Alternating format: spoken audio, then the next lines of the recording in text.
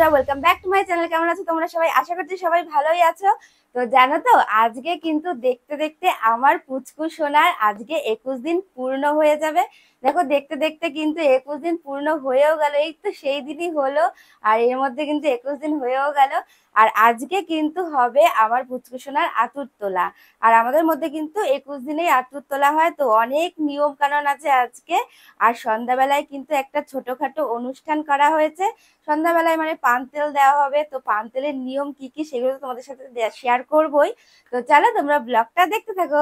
সকাল সকাল কিন্তু সব নিয়ম কানুন শুরু হয়ে গেছে। আর যেই দাদুটা কিন্তু সব নিয়ম কানুন করবে, সেই দাদুটাকে বলেছিলাম যে সকাল 11টায় আসতে, কিন্তু সেই দাদু করেছে 9টার সময় চলে এসেছে। একদিকে কিন্তু ভালোই হয়েছে যে তাড়াতাড়ি সবকিছু হয়ে যাবে। স্নান করার আগেও কিন্তু আমি অনেক নিয়ম করেছি, সেইগুলো কিন্তু তোমাদের সাথে শেয়ার করতে পারিনি, কারণ তখন আমার কাছে ফোনটা ছিল না। সেই জন্য কিন্তু কোনো ভিডিও ক্লিপ আমি কিছুই তুলতে পারিনি। আর এখন যে নিয়ম কানুন গুলো করছি, এটা কিন্তু স্নান করার একদম পরে পরেই করছি। বাইরের যা কাজ সেগুলো কিন্তু মোটামুটি হয়ে গেছে। এখন আমাকে বলা হয়েছে পুচকু সোনাকে নিয়ে ঘরে যেতে, কারণ এখন আমাকে ঘরের ভিতরে গিয়ে বসুমাতা দেবীর পুজো করতে হবে। আর তাই দেখো, মাম্মামকে নিয়ে আমি ঘরে চলে এসেছি।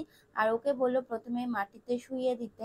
আমাকে যেরকম বলা হয়েছে আমি কিন্তু সেই রকমই করেছি। আরো আমাকে বলেছিল যে আজকের দিনে আমার মনের যা যা ইচ্ছা, মানে আমার মাম্মামের জন্য যা যা বর চাওয়ার সবকিছুই কিন্তু আমাকে আজকে এখনই চেয়ে নিতে হবে। তাই আমি আমার মনের যা যা ইচ্ছা ছিল সবকিছুই কিন্তু বসুমাতা দেবীর কাছে বলেছি, যাতে আমার মাম্মামকে ভালো রাখে। ছয়ষষ্ঠী যেদিন করা হয়েছিল তার থেকেও কিন্তু আজকে প্রচুর নিয়ম করতে হয়েছিল আমাকে। তোমাদেরকে তো বললামই যে সন্ধ্যাবেলায় কিন্তু একটা ছোট্টখাট্টো অনুষ্ঠান রাখা হয়েছে, তার জন্য দেখো সব তোড়জোড় কিন্তু এদিকে শুরু হয়ে গেছে। জেঠি আর পিসি দুজনে মিলে কিন্তু সব লুচিগুলোকে বেলে নিচ্ছিল, আর মা কিন্তু এইদিকে সব লুচিগুলোকে ভেজে নিচ্ছিল। আর লুচির সাথে কিন্তু আরো অনেক কিছু করা হয়েছিল। ঘুগনি করা হয়েছিল, এছাড়াও কিন্তু পায়েস করা হয়েছিল। আর পায়েসটা রান্না করার দায়িত্ব কিন্তু আমার শাশুড়ি মাকেই দেওয়া হয়েছিল, কারণ আমার শাশুড়ি মা কিন্তু পায়েসটা দারুণ রান্না করে।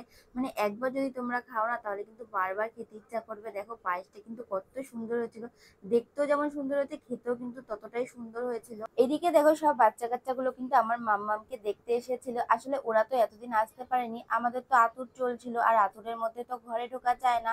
তাই আজকে যেহেতু আতুর তোলা হয়েছে, তাই কিন্তু ওরা সবাই মিলে চলে এসেছে আমার মাম্মামকে দেখার জন্য। এইদিকে দেখো আমার দিদা পান পাতার মধ্যে কাজল তুলছিল। আসলে এতদিন ধরে তো আমার মাম্মাম টিপ পড়েনি, আর আজকে যেহেতু 21 দিন হয়েছে, তাই জন্য কিন্তু আমাদের মধ্যে নিয়ম আছে আজকে টিপ পড়াতে হবে।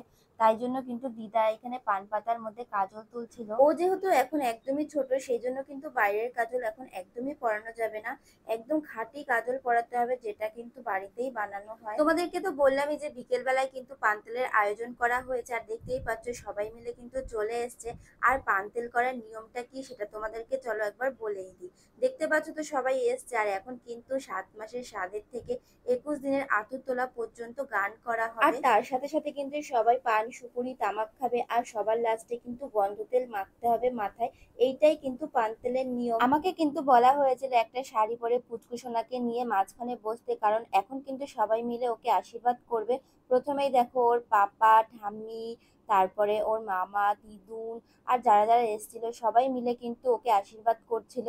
আর সবার সাথে সাথে কিন্তু তোমরাও সবাই আমার মাম্মামকে আশীর্বাদ করো, যাতে ও অনেক বড় হয়, জীবনে অনেক কিছু করতে পারে। জানো তো, মাঝখানে না অনেকটা সময় কারেন্ট ছিল না, আর আজকের দিনেই কারেন্টটা যেতে হলো। কি আর বলবো, ছোট বাচ্চাকে নিয়ে এতটা কষ্ট হচ্ছিল। তারপরে কিন্তু অনেকক্ষণ পরে কারেন্টটা এসেছিল। আমাদের মধ্যে কিন্তু এইভাবে পান্তেলের নিয়ম করা হয়। তোমাদের মধ্যে কিরকম ভাবে নিয়ম করা হয় তোমরা কিন্তু অবশ্যই জানিও। মোটামুটি কিন্তু সবার আশীর্বাদ করা হয়ে গেছে, আর এবার আমাকে বলেছে যে উঠে চারিদিকে কিন্তু প্রণাম করতে, মানে উত্তর দক্ষিণ পূর্ব পশ্চিম চারিদিকে প্রণাম করে কিন্তু ঘরে চলে যেতে, পিছনের দিকে তাকাতে না। বড়রা যেভাবে বলেছে আমি কিন্তু সেইভাবে করার চেষ্টাই করেছি। আর পান্তেলের কিরকম ভাবে গান করা হয় চলো তোমাদেরকে একবার শুনিয়ে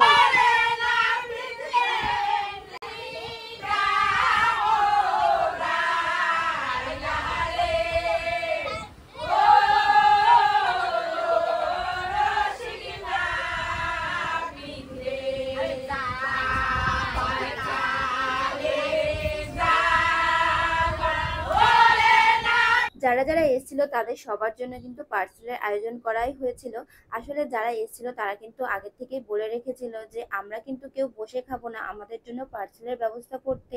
তাই জন্য কিন্তু পাড়া প্রতিবেশী থেকে শুরু করে সবার জন্য কিন্তু পার্সেলের আয়োজন করা হয়েছিল। আর শুধু কিন্তু লুচি ঘুগনি পায়েস দেওয়া হয়নি, এছাড়াও কিন্তু মুড়ি জিলিপি এই সবকিছু কিন্তু দেওয়া হয়েছিল। সবাইকে তো পার্সেল দেওয়া হয়ে গেছিল, আর এখন কিন্তু বাড়ির লোকজনই শুধু বাকি ছিল। তাই জন্য দেখো জেঠি, কাকি, বোন, পিসি, দিদা, তারপরে বড়মশাই, দাদা সবাই মিলে কিন্তু এখানে খেতে বসে পড়েছিল। সবাইকে খেতে দেখে কিন্তু আমারও প্রচন্ড খিদে পেয়ে গেছিল। তাই জন্য আমিও কিন্তু বলেছিলাম যে আজকে কি আমাকে লুচি ঘুগনি দেওয়া যাবে। মানে এতদিন ধরে তো আমাকে এইসব কিছুই খেতে দেয়নি, তেলে ভাজা জিনিস, রিচ রান্না বান্না। তো আজকেই কিন্তু আমাকে দেয়া হলো, আর এটা কিন্তু হালকাভাবেই রান্না করা হয়েছিল, সেই জন্যই কিন্তু আমাকে দেয়া হয়েছিল। আর সবকিছু কিন্তু খেতে বেশ ভালো হয়েছিল। এখন কিন্তু আমার মাম্মা মোর ঠাম্মির সাথে খেলা করছিল। তো এইভাবেই কিন্তু আমাদের 21 দিনের আতর তোলার দিনটা কেটে গেল। তো ব্লগটা কেমন লাগলো তোমরা অবশ্যই জানিও। আজকের মতো টাটা সবাইকে।